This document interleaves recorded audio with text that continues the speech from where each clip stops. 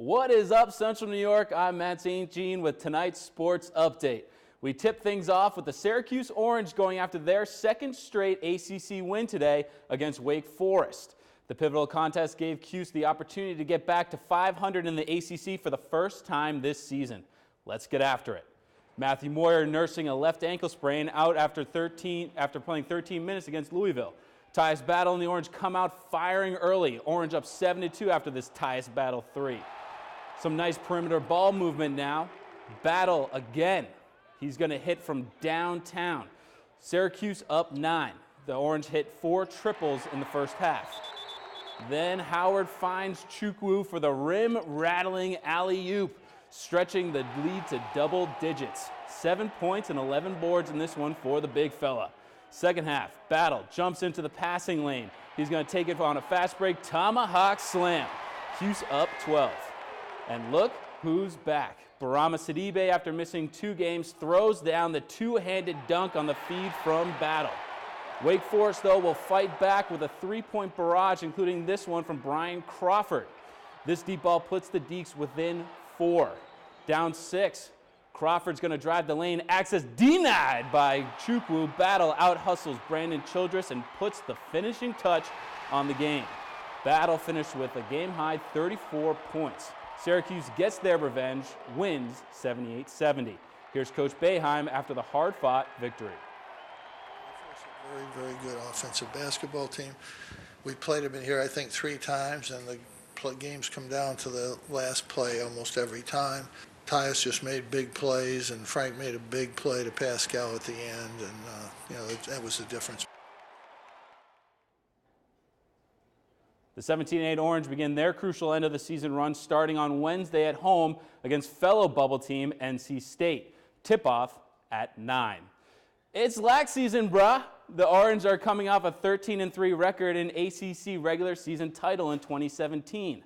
But the big story going into this new season, Cuse graduates their top 3 scorers, and all eyes were on the new attack unit to see who can step up and show out. The 10th-ranked Orange first test was in-state foe Binghamton Bearcats at the Dome yesterday. The Cuse has never lost to the Bearcats, 6 straight wins dating back to 2007. But BU gave the Orange all they could handle last season. Syracuse hung on to win 9-8 on Senior Day. Head coach John Desco looks on, seeing what his team is made of. Let me tell you, it was strong stuff. Binghamton got hit with a buzzsaw in this one. Cuse launched an unyielding attack, scoring 13 goals in a row to start the game. Senior Brandon Bomberry led the way with 5 goals and 2 assists. Syracuse never let up, almost breaking the scoreboard. The final, 21-4. A big reason why? New faceoff man Dan Varello won 15 out of 17 faceoffs and earned praise from Coach Desco. Danny did a great job on the faceoffs to give us all those possessions, especially in the first half of the game, and put a lot of pressure on their defense and let our offense get comfortable running the offense because of those possessions. And now we got to buckle up and get ready for next week. Per Coach Desco's request, Cuse fans, please make sure your tray table and seat are in upright and locked position. The season is about to take off. The 3rd-ranked Albany Great Danes are coming to the Dome next Saturday, and they're out for blood. The Orange beat Albany 10-9 last season. The game starts at 2. I like my sports reports like I like my coffee, with ice. The Syracuse Crunch, losers of their last 4 games, including an OT heartbreaker against Hartford on Friday, took on Laval yesterday at the War Memorial. Let's drop the puck on the highlights. Midway through the first, Eric Condra argues a penalty with no success. Laval goes on the power play, but that didn't stop the Crunch. Shorty, anyone? Alexander Volkov scores on the pass from Anthony Sorelli, 1-0 Crunch. Crunch on the attack again, off the dink, but the puck finds its way to Sorelli's stick. He goes top shelf for the goal. Crunch up 2. Laval answers with 2 of their own in a tie in the 3rd. What is this, a video game? Oliver Archambault with possibly the goal of the season to give the Crunch the lead. That certainly deserves another look. Archambault off the steal. He's going to take it down the ice and then make Eric Jelena look silly. Check this out. Through the legs. Oh, and then 5-0. Crunch hang on to win 3-2. Syracuse played Bridgeport tonight. We'll have the full recap and highlights for you later in the broadcast. Come with me on a journey across the world.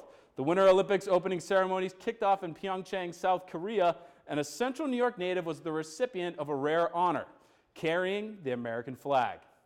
Erin Hamlin, a four-time Olympian from Remsen, New York, was selected by her fellow Olympians to be the country's flag bearer.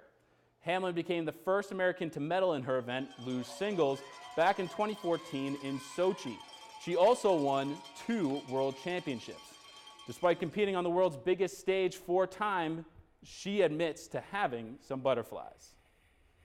I slide, that's what I do. I can put me at the top of a track, and that's my happy place. So walking out in front of a lot of people, and with even more watching from home, having to not trip over my own feet or drop a flag is going to be way more nerve-wracking. You've been on the track quite a bit. I'd carry a flag any day over tearing down a luge track surrounded by ice on a small sled. But catch Hamlin on her quest to medal this Tuesday. Frank, I remember going to a top of a big hill at home with just a tube and like 10 layers of clothing and having the heebie-jeebies. I could not imagine doing luge in the Olympics. Yeah, obviously these athletes are a little more comfortable in their situations. What Olympic sport are you looking most forward to? You know, Frank, a lot of hype around curling this time of year, but I really enjoy watching the biathlon.